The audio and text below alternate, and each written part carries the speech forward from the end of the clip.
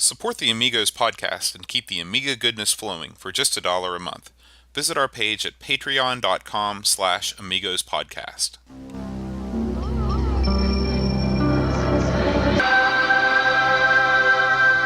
Amiga, the first personal computer that gives you a creative edge.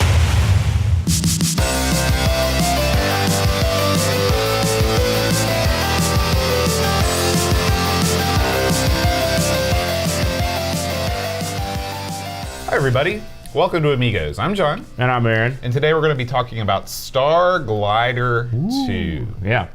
Now, when you first heard the name Starglider, what did you think? Starglider, some sort of, I think you mentioned exactly what I thought. It was like, remember the game Glider, but in space. You could do that thing forever, literally. You would never lose. That's true. Well, you could set the stars up as if they were obstacles, you know, in like the foreground. And Seems like if the stars are obstacles, they would just burn the glider. They would also quickly. be quite small to fit them on. And since it's Starglider 2, two players simultaneous or two planes. Yeah, yeah. Did you do much with paper airplanes as a child? Absolutely. I love paper airplanes because, as you know, when I was young, toys had not been invented, and so we had to make do with whatever we had. So we started throwing rocks at each other, dirt clods, and eventually when someone introduced paper to West Virginia, around when I was 10, and before pencils, we would fold this up and we'd throw them. Well, first we wadded them up, but they didn't go very far. Right. And eventually we'll learn the secret mastery of folding these into paper airplanes and tossing them. Now, let me ask you a question. Is your preferred model of paper airplane sort of the more squarish model, or do you like the jet that kind of is like the triangle Now see, here's the shape? thing. I'm going to give you a secret I learned over years of discipline training. The jet's no good. That's a sucker's game. Sure, it looks cool. You could put the kid across the room's eye out with it, which is always hilarious. But what you want to do is turn that sucker sideways like this. Double fold, right? Fold the wings out like this, and then you got to have the little gimmicks on the sides of the wings, right? That gives it extra oomph, That's right. And then you throw it like this. Oh, you got to make the face. You throw it down like this, and it goes like that. And so you want a downward motion. So that's correct. If you throw it up, that's breaking decorum. Years and years of social decorum that you don't do that. You got to throw it down because that means it goes whoop, and it goes. You get your loops and whatnot. Right. I'm sensing a new show coming up. Well, I paper airplane journeys. I like Aaron. it. I like it. We could get something going there, man. I like that. And we're in a mountain state, right? So you get up on a mountain. That's true. Toss that sucker off and just watch it float down for a couple miles. I'll tell you, the greatest place to fly paper airplanes when I was a kid was the old St. Albans football field. Before they put the big fence around it, you could just walk up in there. You mean the one right off the road? Yeah, there? the one right off the road. Go up in the bleachers? Yeah, I swear, I took one of those foam gliders out there one time. Oh, yeah. And I threw it, and that thing just kept going. It just over the river. It went over the river. Then it cleared the river? I was a child. In my mind, it went over the river. It probably crashed down somewhere in the river. What were you doing in St. Albans, if I may ask? I grew up in St. Albans. No kidding? Yeah. Well, I lived there till I was 5. My grandparents lived there forever. Right. And so you're a dragon at heart. I am. Like my mother before me. Well, she grew up in St. Albans too. Yeah. They did. You know that the one thing I like about that football stadium is when they kick the extra points, it'll just go out into the main road. Into the traffic, and that's not a non-busy road either. No, it's not. It's a very main drag. Right. It's just a football. It just flies out of the stadium, and there's no net. I mean, they may have one now, but in the old days, it was gone. No trees. Yep. That's part of it. It's that all way part you of feel it. like part of the community when the football cracks through your windshield. You careen down into that underpass and hit a train. You scream, "Go Dragons!" That's the last thing you say. Well, you know, this week in the world of our own community, the everythingamiga.com community, Dreamcatcher has been back at it. What's he been doing up, Aaron? Good question. I probably should have prepared for this well ahead of time, Bo, but I'm telling you right now. I've got the article pulled up right now. Oh, beautiful. I have not read it. Have you? Okay, yeah, I've read this one. Oh, boy, that looks like the alien right there. Well, this is actually the Predator. Oh, that's right. Yeah, it's the other one. He's also an alien. Let's get that right. That's true. He is an alien. Did you ever see the original Predator? You know, you'll be shocked to hear this. Why did I even ask? What a stupid question. My father did subscribe to the movie channel Encore. Do you remember this channel? It's still around. It was one of the pay channels, like HBO. Yeah, that's the big money. Yeah. And they did show Predator once, and I was not aware that it was a particularly violent film. Oh, yes. I tuned in sort of 3/4 of the way when most of the team was already dead, and it was just the black guy and Arnold left. That black guy that's Apollo Creed. Is it really? That's that, yeah. And I remember seeing him cut himself with a machete. Remember that scene? Yeah. And I was like, ooh. And then but then the rest of it was okay because it was just Arnold and the Predator. See, you missed out on the best parts. Because you know okay. who's in this movie? No. Jesse, the Body Ventura, Is in he this really? movie. And he's got the best line in the movie. He's like, bah. He goes, I ain't got time to bleed. That's what he says. Really? And he carries around a chain gun. It's huge. With big, huge, mega bullets coming out of it. Then you got the Native American guy who's like the tracker guy that hangs out the front. He's awesome. You missed a lot of good stuff. The Predator has a thing, he'll skin a guy. You know. Did they show that in graphic detail? I wonder what he does with the skin. He probably Boots? eats it. Why would you... He's the Predator. Listen, no one skins someone then eats the skin. Well, I don't judge. I'm just saying he probably makes clothes out of it, would be my guess, or belts or something. Yeah, the Predator was a bad dude. I thought this was a pretty stupid film, but I enjoyed it. Plus, the Predator could go invisible, which was in the day that effect was awesome. You're like, cool. oh, look at that, he's invisible. Now the Predator 2, that one had Danny Glover, right? The Predator, after the first one, it was a quick descent into the depths. I actually saw Alien versus Predator in the theater. It stunk. I know that I think the Predator 2 was when he was in New York City.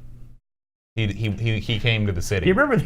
I don't remember that. I don't remember anything about this movie except for the first one because I've seen it a bunch of times. I also saw. Do you ever see the Friday 13th series? Remember that? There was one called Jason Takes Manhattan. You ever seen that one? I have not seen what it. What a dud! The whole movie takes place on this boat.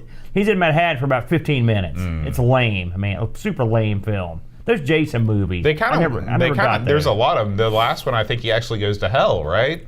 It's like tearing up. I did see the one where I saw Jason takes on Freddy. I saw it in the theater too. Who won that battle? Well, at first they were sort of like they were trying to outdo each other with stupidity of death. You know, they were killing each other. They were killing guys in stupid ways, and then eventually they went to war. I don't remember who won, so I guess it didn't matter. Yeah. At the end of the day, we all lost because we paid $50 to get in this thing and eat popcorn. But yeah. This is a good. I've never played this game. Have you played it? I remember playing the Predator game for the Nintendo, and it seemed to be just a kind of run-of-the-mill side scroller. Yeah. I'm sure the final boss was the Predator, but I never got anywhere. I would hope close to that far. Or this might have been a game where they were like, "This is the Predator." That would suck. Or this might have been a game where there were many Predators. You know, they took that angle. In the I know that in Predator lore, the Predator. In the first one, does he go and actually see the Predator's lair, or is that the second? Oh, there's the chain gun. That's the gun. I think he finds. Well, I mean, the Predator just sort of lives in the woods. I don't think it's a real lair. Yeah. In one of the Predator movies, this is the jungle, baby. Yeah, you're gonna die. In one of the Predator movies, he actually goes up to the Predator's ship, and it kind of humanizes the Predator a little bit. And that stinks. Yeah, and I think that was part of the reason why that movie did not do well. Did you ever play the very interesting Aliens vs. Predators Capcom game? It's a side-scrolling beat 'em up. I remember it was an arcade game. Right? Yeah, that's right. You could play as one of two Predators, or you can play 4 people, I think, and you can play a couple of guys. There's a chick too. The kid loves this game, and we play it quite often. Maybe one of these days we'll do that one for in the arcade. But it's probably the quintessential Predator game. Although. There's also that. What was that game on the Jag? That was Alien versus Predator also. And that's supposed to be one of the top games. There's on the been like Jag. 16 different games called Alien versus Predator that are all different genres. Yeah. Well, in the Jag version, they have so few to choose from that was like the big dogs. Like, oh, look at that. So it looks pretty good. So yeah. I see that Dreamcatcher put in 1 million shots in the movie. He's comparing the two, which I like. So. As usual, it's good. Dreamcatcher's been a machine here recently. He's been posting them on YouTube left and right, too. So it's crazy time. Yeah. Speaking of crazy time, Aaron, it's been a crazy week in the world of Amiga news. Has it been crazy? Oh, man. I've been out of the loop. I've been working like a dog this week. You don't even know. So, first of all, I know you're a big fan of Smash TV, right? I do like some Smash now and again. Now, did you ever play Total Carnage? Absolutely, I have played that. So this is sort of like a Smash TV ripoff, It's not a ripoff. I think it was the same batch of guys did it. Oh, okay. So it's just like the second game in the series. These losers that made this game. No, it's pretty much. I think it's the same batch. Okay. I think. Don't hold me to that. The Amiga version has always been known for being impossibly difficult. That was always the main gripe. And our friend Erock, Erock, the CD32 guy, he's actually made a new version of Total Carnage for the CD32 that is much easier, and so you can actually progress past the first level in this game. I know Commodore's out of business, but they should actually post date checks to Erock for bringing the CD32 back to. Absolutely, it's unbelievable. Because now that's a top shelf system for gaming. You got tons going on there. This looks pretty good, actually. Doesn't it? Yeah. Now I never played Total Carnage. Oh yeah, you can see it's sort of very very similar. Yeah. It looks like that you're set in a jungle. It looks a lot like if Predator. Right. It's the Predator version of the. Oh, look at that. That's pretty good, isn't it? Yeah. We got to put it on the list, Boat. That's right. Total Carnage. It's on the list. The next story is just a follow-up of something we talked about before. Amiga Power, the album with attitude, has not only met its goal, I think it's met its first stretch goal. Yes, and I haven't even entered this. We're gonna pick us up a copy of this too. Yeah. Our buddy Matthew, who's been super nice fellow, he sent me some messages as this thing went on to be successful. I told him early on, I said, listen, you got nothing to worry about. This is going to kill it. And you could tell when one of these days is going to be solid because of the amount of work the prep time and stuff they put into it. So I'm super pleased that it got funded. I'm happy that it's moving on down the line. Still got 9 days to go, so they've got a chance to grab a little more dough for the stretch stuff. So that'll be nice. But he's a good guy. I'm glad it happened. Yeah, $22,000 they've raised. So congratulations to the whole Amiga Power team. Yeah, especially absolutely. Matthew Smith, the ringleader. This goes to show something. A modest amount. Mm-hmm. I think that's a perfectly reasonable amount of money. Mm-hmm. It didn't go crazy and ask for $100,000 or something like that, and everything went smoothly. Mm-hmm. And there's no pressure at the end. Now you can just kick back and wait for the album to get finished up and ship out. It's awesome. I'm happy for him. We need to think up something to kickstart. Kickstart My Heart. Remember that song? Kickstart my heart. If I didn't stop eating hamburgers, that might legitimately be a Kickstarter. There's not really a song called Kickstart My Heart. Yeah, there is. Can't be. Yeah, Motley Crue, Kickstart My Heart. It was the love theme from Crank. Really? Remember Crank? That you love that movie. I love Crank. I love Crank 2. I love the guy that played Crank. He's awesome. What's his name? Daniel Day-Lewis? Crank. I just call him, when I see him, I'm like, it's Crank. Whenever you say that, it makes me think about that weird guy from Teenage Mutant Ninja Turtles. I never, Krang.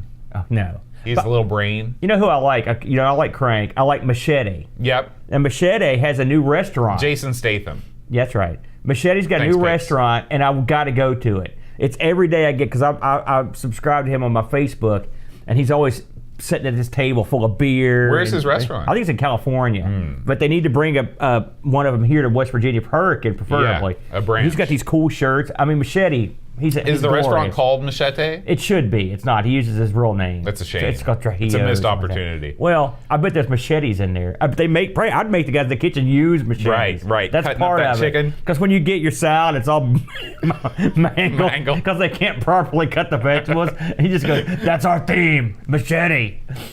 There's a Machete 2, right? Oh man, that's so good too. It crushes the first one. I love the first one. Yeah, It's the stupidest thing I've ever seen. I love it. Where's the game for the Machete movies? They missed the boat on that. That's true. Those games write themselves. Now we've got two quick podcasts I'd like to share. These are members of the Amigos community that have taken it upon themselves. Yes, I know one of these. to create these new shows. The first one is by our buddy Leif Killand. This show is called Retropodden. Okay, this is a Norwegian podcast. Awesome. So we're not gonna get too much out of this listening to it. I know that my Norwegian's not great. I know you probably have an elementary level of Norwegian, sort of a. It's an entry level. You walk into the Norwegian restaurant, you know what you're doing. You know, one thing about I'll use Leif as an example. Here's a guy that's got this Norwegian podcast right now. He listens to our show. He's been around for a long time. Right. Leif. We talked to him. Good guy. Knows what we're talking about and whatever dialect and slang we use. I could listen to this podcast and I would have zero idea what was going on. We need to learn more foreign languages here in the U.S. We're greatly short on that. And nobody knows Norwegian. I don't know anybody that knows it around here. Only the people in Minnesota. Really? Yeah, they're a Norwegian folk. That's where my mom's side of the family, before they lived in St. Albans, Minnesota. No kidding. And do any of them speak Norwegian? Yes. You're kidding my me. my great-grandparents who were from Norway came to the... Look at you. So you and Leif could be related? Oh, yeah. We talked about this often in Amiga Ireland because I was surrounded by Norwegian folk. Beautiful. That explains why you were so comfortable over there, bud. It was. I settled right in. I love it. Yeah, this looks good. It looks like Sim City. I did make that out of the first thing. Yeah. So if you if you can speak Norwegian, or if you are Norwegian, or both, please check out Retropodden. Is podden like podcast? That's what I would think. So Retro Podcast. Yeah. Man, you can get that name, you're in. Right. That's a perfect name. We've kind of cracked the code. This is like the Rosetta Stone. Is this so like, we should have called this Amiga Podcast instead of Amigos. Right. I'm sorry. Missed opportunity. I didn't think about it. And the other new podcast, this actually has a couple episodes. This is our buddy John Cook. He's got the 8-bit bookmobile. Okay, this is a wacky one where him and his buddies get together, they throw down a couple beers, and they talk about an old programming book from the 80s. I haven't heard the second one. I'll listen to the first one. Pretty in depth too. Yeah. And wacky. So if you are into old programming books and you want a dash of nostalgia, now be warned, this is an explicit show. You might not want to listen with the kids in the car. When you say that, they're not dancing around naked or anything. It's not that explicit. Well, just when you say it's explicit, that's the first thing that pops in my mind. Really, really bad. Again, this says something about you more than I guess me. it does. But definitely check it out. The 8-bit bookmobile. We got a bunch of people actually that are our buddies that do podcasts. I mean, that's great. Yeah. I was just talking when Leaf announced his. I was like, man, I love it. Everyone should do a podcast. That's a lot awesome. of fun. It is. It's great. Fun. It's great. And finally, Aaron. Ooh, this I comes didn't from know about. Our buddy Neil over at Indie Retro News. Oh yes. The external CD drive for the Amiga 1200. Okay, now we know that there was a prototype version of this. But Ravi, we saw, Ravi interviewed the guy that found it. But this is a 3D printed, newly constructed external CD drive for the 1200. This just popped up today, I believe, on Indie Retro News, maybe yesterday. Looks like Mark G. Falconer revealed the project late last night at the Amiga Retro Brisbane group meeting over in Australia. Man, so there is a video here of it in action. Would you be interested in a CD-ROM drive for your 1200, Aaron? No, but there's a reason why. I mean, I would try one out and mess with it. This is your classic retro bit of hardware. I mean, really, for the most part, if you've got SD card solutions or what, that would blow away what you could probably see, but just the principle of having it, and it does look awesome. I would say for the look of it, I do like it, and presuming it would play some of the old titles, that would make it interesting too. So yeah, I think it's awesome. We heard the rumors that they might try to get one of these things up and running back in the day when they actually found this thing. They got it done quicker than I thought. I'm excited about it. I'm sure people, if they put these up for sale, people will buy these like they're going out of style. No doubt about that. Yeah. All right. Well, that's going to wrap it up for this week's Amiga News. I did see one more item. Oh, okay. And this is we'll get more into it next week. But I was on Twitter, believe it or not. Mm-hmm. I never go on there. And it looks like over at Amiga Love, our buddy, right? Their project for that Rejuvenator has taken an exciting turn. It looks like they're going to get this thing going. Right. This week they had some breakthroughs. I did see that. I saw that they said that the board has been fully tested and ready to go. So we await a grand announcement, probably coming next week. That's going to be, I love that story, and we'll get into it more next week. But that's a great story. Mika Love, the guys over there are super nice. Yeah. All right, Aaron. Well, let's go ahead and talk about this week's game, Starglider. Now, before we get into Starglider, but I'd not played this game. Did you? No. And I never heard of it. I had heard of the game. I'd heard because I remember thinking it's a cool sounding name. It is. It reminds me of some sort of like 70. It's like a. If you ever read the old heavy metal magazine, this is like an article that would be in there, like a continuing story. The Starglider. Yeah. It's almost got a hippie feel to it, or evocative. 70s. Yeah, it does. And the game starts off with this beautiful loading screen, which matches up with what's in the box. Just today, I got up. I was feeling good, and I was like, man, Starglider. Everybody, I'm kind of really loving this picture and stuff. And I actually went online and bought a copy of it. Did you really? I got I got one. I do. Got one out of Canada. I was watching a sort of an unboxing video of this game, and I wish I could think of who the guy was. It was Ant something. Anyway, he does a pretty good review of the packaging. Yeah. And the box it's not too super huge, but it's a good size box. It's got a beautiful picture. Plus, this game comes with a soundtrack tape, right? It's got a cassette. The one I'm after, and what I got has the cassette with it. That's awesome. And so I can't wait to get this in. I'll bring it and show everybody. But it looks cool. I should have bought it before the show, but I don't know. The art on this is beautiful. So anyway, Starglider II. Now this thing came out way back, actually, about 1988. Yeah. That's quite astounding, isn't it? This was published by Rainbird. But the real story here is the developer, which is Argonaut. Now, On the Amiga, they did a few things aside from this. Of course, they did Starglider 1, Birds of Prey, and Afterburner. But what is, and I'm sure you know this, what is Argonaut well known for in the video game world? I do not know. You really don't know? Well, then you're not going to be surprised to hear that these guys were the guys behind Star Fox. Were they really? They were. Okay. And if you play this game, and we'll get into it, there are the fingerprints of Star Fox are all over this game. Sure. This was coded by a whole team of guys. There's so many, I'm not going to read their names. It's a ton of guys. This came up for the OCS. That's also astounding if you think about it. One disc. Yeah, one disc game. And the game was released. Now, it's funny. When I looked at this conversion, I knew I'd heard about this on the PCs where I heard about it initially. But listen to this lineup, and you'd think we would have seen one of these by now. Came out in the Mac Classic, the Atari ST, and the Amiga and the Atari ST are the same box. So think about that. The disc for this has the Amiga and the Atari ST on the same disc. Very unusual. Can you think of another game we've talked about? I can't. And you know what's even crazier? And this might be in your notes already. You can take a save game from the Amiga version, pop it in the Atari ST, and it will load. Yeah, that is quite astounding. Very unusual. This also came on the NEC PC98. Of course, there's a DOS version. This had a Sinclair ZX or ZX Spectrum release. We got to look at that. Yeah, bro. yeah. I got to see what that looks like. This also had a release for the Tandy graphics set, which I don't remember ever seeing that. I may have had this, but I don't Is remember. this the Tandy 1000 version? No, this is the Tandy. It would be a Tandy 1000 TL, the special 16-color Tandy graphics. And of course the PC version went all the way up to VGA, which is nice. Again, it doesn't sound like much, but it made a difference. And there was going to be a C64 version that never got released.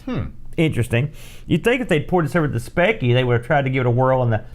Absolutely. This was still, right in the heyday of the C64. I would love, like I said, we're going to have to look at this on the Specky. So, Starglider II. What is this game? This is a action space flight simulator. Let's go with that. Where you control the Icarus in a space battle, a series of never-ending space battles, effectively, unless you win them. And as you fly your ship around from a first-person perspective, let's go with that, where you look at the control panel and you look out like it looks like Elite. Yeah. Well, it's the same perspective as Elite. Yes, it does. Yeah, yes, it's the same perspective. It doesn't really look like it.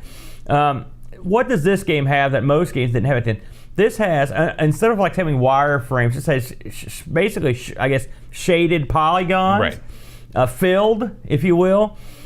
When you are, your ship has total freedom, all right, which that in itself is astounding. And you can fly over planets, and you get real low, down to ground level. You can go from the planet, you can hit the gas, and zoom all the way to space, into the sun, if you want to. The planet has the old checkerboard shading to simulate movement and speed. Does a good job. And you can control this. I don't know how many different ways you try to control this, so we should probably go into what the controls are like. It's got a multitude of controls. You've got I used the mouse. Totally. Is that what you use? The instructions are pretty explicit in that it was designed to be controlled with the mouse. Right. Now I used. Did you go to the options screen on this? I think so. Okay. Space bar. If you go to the title screen, hit the space bar, you get an option screen. Now in the option screen, you can pick your control setup, including a locked targeting, or a targeting that was locked vertically or horizontally. One mouse or one hand control. And you can play this with the joystick. The joystick controls in this is interesting. I actually tried. Did you try the joystick controls? No, never tried it. When you play this on the mouse, to accelerate, you basically hold down, I think it's the right mouse button, and you push the mouse forward. Yeah. And you see a little You don't have gauges on this so much as you have. It's a column, what do you call a rectangular column, basically? Yeah, that's it.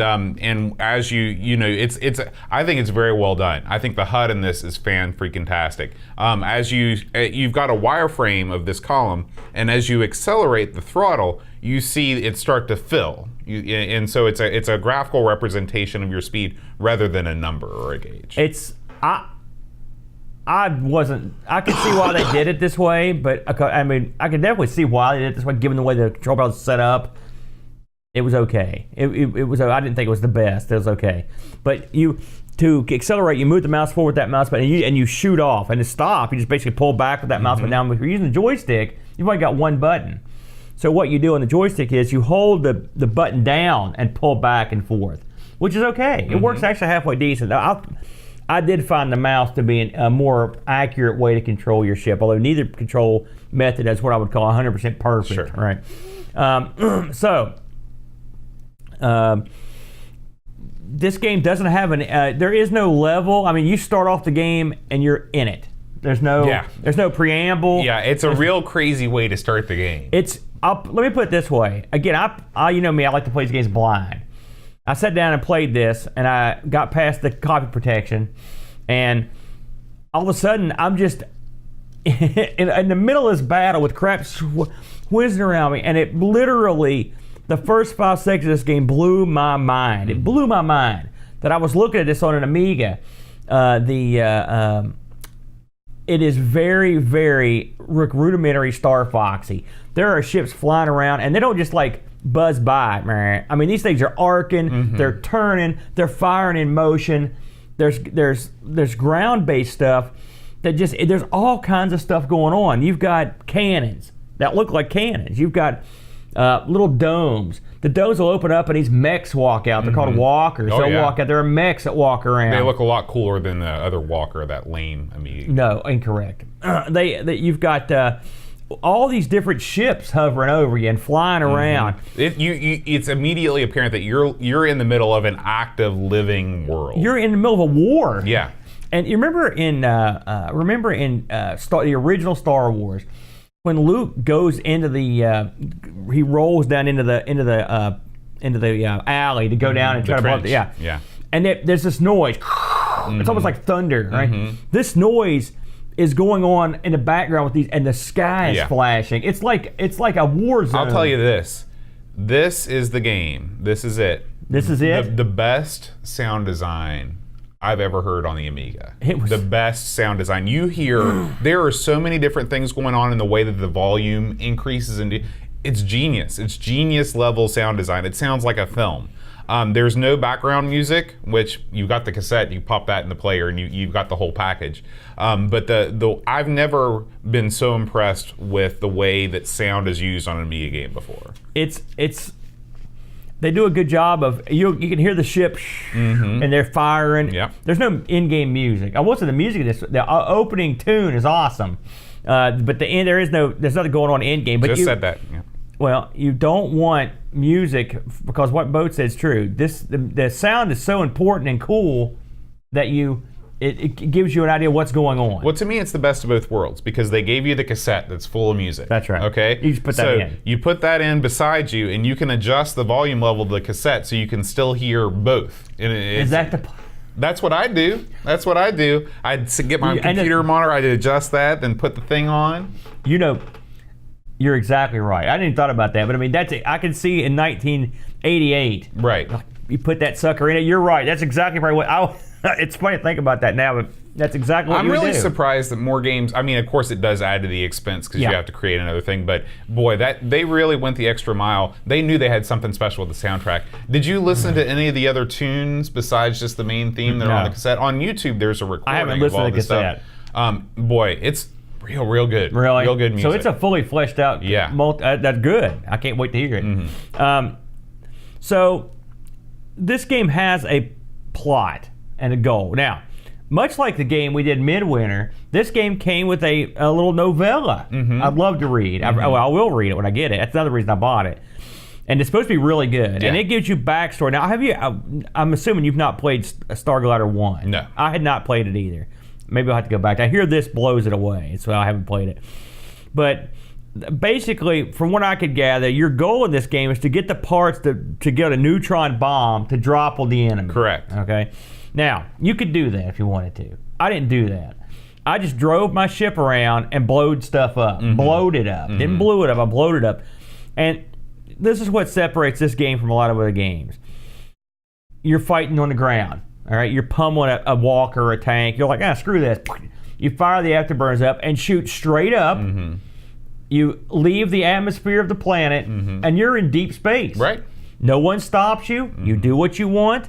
Now, there are, I think, 4 planets in this that you can just fly to them. And each planet has a series of moons. Right, and they also have pirates that'll try to kill you. So when you're in space, you're like, man, these planets must be real close. They're not. You've got like a basically star drive. You turn that on, right, and then you take off. And as long as nothing gets in your way, you're golden. You go to the other planet. Each planet has its own sort of color scheme. Like checkerboard's a little bit different. And you could zoom right back down and mess around on another planet. You have total freedom. I read people talking, and I never saw these things, so I'm hoping you did, but somewhere in the vast world of Starglider II are these intergalactic space whales. Yeah. Did you see these things? I never saw these. You have to drive pretty far out to the edge, but I saw them on YouTube. Yeah, that's where I saw them, and it looked awesome. Yeah. So this game, aside from having to use your mouse or you're going to be using the keyboard, because there's a lot of stuff going on. Now, the keyboard, you think to yourself, well, here we go. It's full-fledged simulator. It's actually, it's not all that bad to use the keyboard. You can also use the keyboard, and this is, I don't know if you fool with this stuff, but you can get different views of your ship. I did see that on some YouTube playthroughs, but I never tried it myself. It's a neat, there are some instances where I think it makes sense from a gameplay perspective where you'll want to see your ship in relation to other things. Yeah. So it's nice that they put that in there. Something else you can do that's kind of neat. Now, I did not fool this a ton, but I did use it, and I got it to work, is the old tractor beam. You could blow, like, for example, you blow away a pirate, and then you could tractor beam his cargo on board, for example, that's pretty cool. This is basically a free-roaming, a 1988, mind you, free-roaming 3D textured polygon space game that is a miracle. I mean, the fact that this exists and I hadn't played it up to now is astounding. I would never have guessed in a million years that you could do this on a stock Amiga. Right. I did play this on the 1200 and I emulated it, and they both played pretty much about the same. The more we do this show, the more I personally think that the golden age of the Amiga was the late 80s. I think that by the time we turned over into the 90s, the Amiga was in such a rush to catch up with what was going on the consoles that they really left a lot of the truly innovative things that you could only do on the Amiga behind. There are some exceptions, but by and large, the big titles of the early to mid 90s to me are not as impressive as the titles in the late 80s. Well, you're going back to that walled garden where you have to work with what you've got.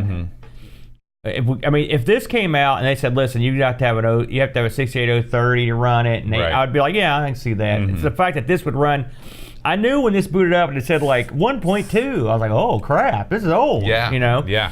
And it's incredibly impressive. Now, of course, Argonaut went on to do, like, as we mentioned, they did the Star Fox, which was I remember when I first saw that, it was a blow-away title. It really was. I was no big Super Nintendo guy, but that's when I took a double look. Okay, this is, now they're doing this. Now, Star Fox has a bunch of idiotic characters in it, but the actual engine on it's amazing. And if you look at this game and think to yourself, what could this game be if it had limitations and a more cohesive plot, and you would basically get, and you had a little more oomph that the Super Nintendo would provide. There's a lot of elements of this game that you show up in Star Fox. Well, I don't know if I agree with you there. Okay, go ahead. I think that the games are alike in that they both use flat shaded polygons and they both feature a spaceship. Other than that, they are not alike at all. Oh, I totally disagree with you on that. Star Fox is a rail shooter. Yeah. That's what it is. You cannot go anywhere. You cannot do anything. You can stay on the set of rails and you can shoot other stuff. This game is, like you said, it's a free roaming adventure game where combat is not really that important. There is a combat element, but the main thrust of the game is not blow this thing up. This is an adventure game. You have to go to these different planets. You have to collect different items. You take them to a different planet to a guy. It's one of the big weak points of this game is where you take these items to turn them in is basically you go into one of the tunnels on a planet. Yeah, you negotiate yourself to a blank wall where there's this text that reads, "Okay, let's have your stuff." Yeah. It's that was really my main gripe with this game is that you're collecting these items to build this bomb, and when you take these items, you should see like either a lab or a guy or a thing. All you take these items to is just a blank room in one of these tunnels. But anyway, tunnel's cool though. Yeah, the tunnel sequences are really well done. They can be hard to negotiate because a lot of times you've got to stop where there's a fork and you've got a 180 to get to, and it's very disorienting.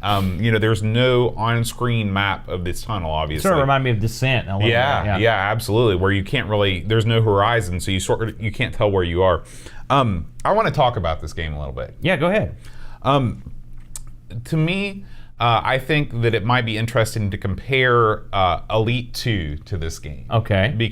Not because they're the same game, but because they're different games that have the same sort of space exploration premise. Mm-hmm.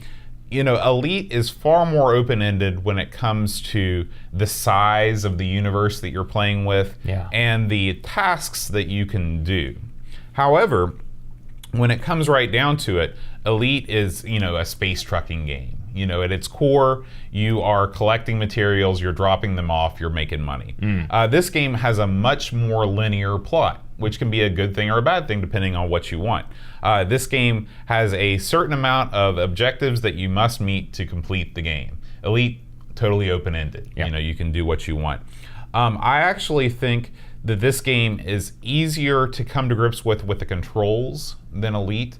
Elite, there's a lot more that you can do with your ship, but at the end of the day, I don't know that it makes that big of a difference. I think that you can maneuver, any of the maneuvers that you can do in Elite, you can do in Starglider much more easily. Jumping in and out of the hyperspace is much easier on this game than it is in Elite. There's much less sort of finickiness to the controls that you have to master. I think that combat is probably more advanced in Elite. Combat is pretty basic in this game, but again, combat is not a big part of this game. I really like the graphical nature of the throttle. I told you that before, and that's subjective, but I like the fact that it's just basically you can see 25%, 50%, 100%. I don't need to know that I'm going 407 miles an hour or whatever it is. I thought that the way that when you press that right mouse button down, you don't have to worry that your ship is going to go off, because basically as soon as the right mouse button is depressed, your ship is just going to continue flying on. I thought that the way that you collect the items, you find what you're looking for. The guy, did you see the scientist that you have to pick up? Mm-mm. So basically you travel to this planet and you find this car that's just kind of going over the surface of the planet, and you tractor beam this guy onto your ship. And he's the scientist that's needed to create the bomb.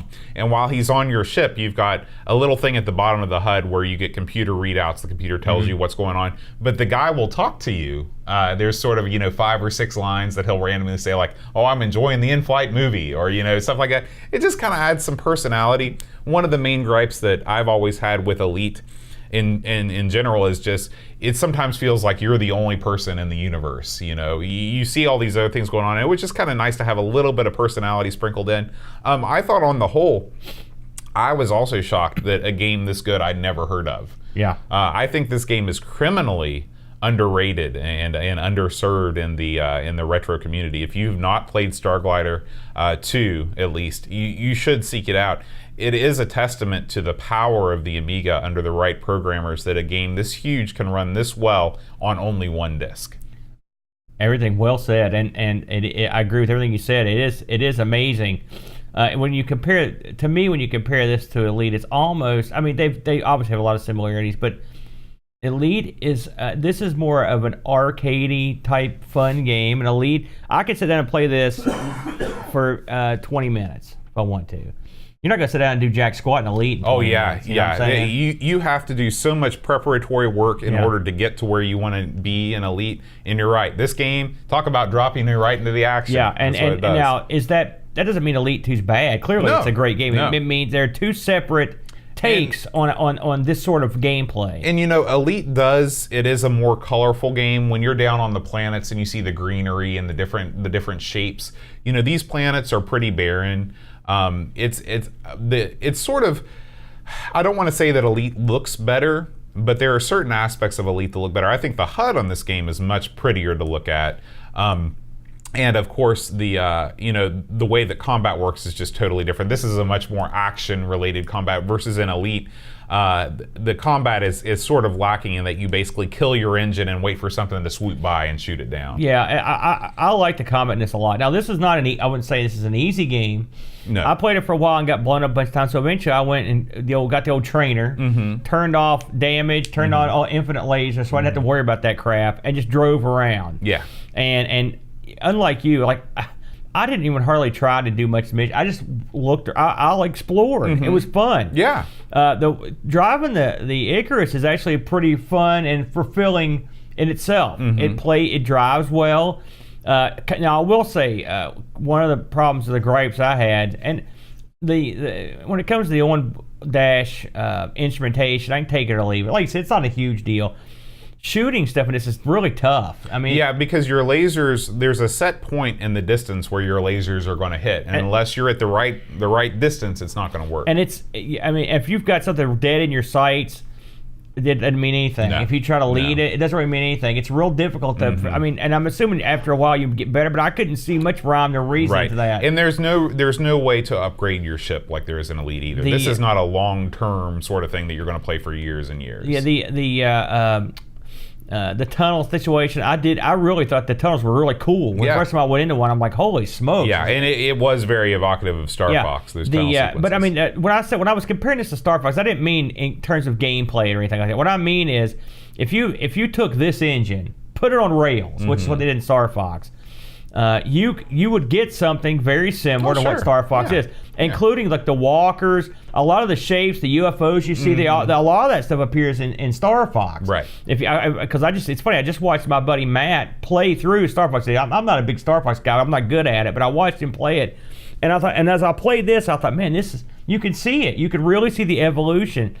Now, the amazing ability to do whatever you want in this is a mixed blessing. Because one thing about Star Fox is, so you're on rails and it's mission based, and and that's how they move forward. Yeah. This is a lot more abstract. Oh yeah, and for better or for worse, depending on your perspective. Right. Something I wanted to touch on that I thought was wacky is if you're in the options area, there's a option called what was it called? Doodle. It was like Doodle Bug or something. Did you see that? It's a paint. It's a paint, well, paint with Rolf or something like that. That's it. And you can look through all the different objects in the game and fiddle with them. Yeah, you can cycle through them. You can zoom in. You can rotate them, and then you can actually draw with them. Where if you just hold down the D button and trace on the screen, it'll draw like a million things. So I thought that was kind of a neat little value add, But overall, I bought it. Enough said. Yeah, I went and bought the game just because I thought it looked cool. The art is spectacular. The art's good, music good, gameplay good. I mean, I can't wait to fire up that soundtrack in the arcade. I'll be honest with you, Boatster. When we drew this, and I just looked at a still photo of it, I was like, oh man, we're not gonna have nearly enough time to come to grips with this. We actually talked about it last week. It's like, oh boy, here we go, and I felt fairly competent at it in about an hour. Yeah, too. I was getting down. Now I was still shooting. I wasn't the best, but it was fun. And like I said, a varied degree of targets. I like the fact that you can go from the ground to the air quickly. You can go to space quickly. There's space fighting. Yeah. There's tractor beam stuff. I give it a big old high five, thumbs up. Absolutely, I dug it. Me too. We weren't the only people that dug it. Let's have a look here at the old review arenas here. The folks over at Lemon gave this an 8.36. Very good. Amiga Computing gave it a 96. Amiga Format gave it an 88. Commodore Computing International, I don't know if we ever talked about that one, 92%. ST and Amiga Format gave it a 95. Your Amiga, 84. And 028 gave it an 86. It was very widely reviewed. So all those are A or B, and I would put this somewhere right in that area. Yeah. This is an A game for me. And you don't get excited all that often about stuff. You got into this one, didn't you? Yeah. I really like this one. Of course, I looked on eBay to see what the prices were, and they were just right for me. That's good. I got mine. It's coming out of Canada. Our good friends up north. In the U.S., though, when I did this last week, there were more available.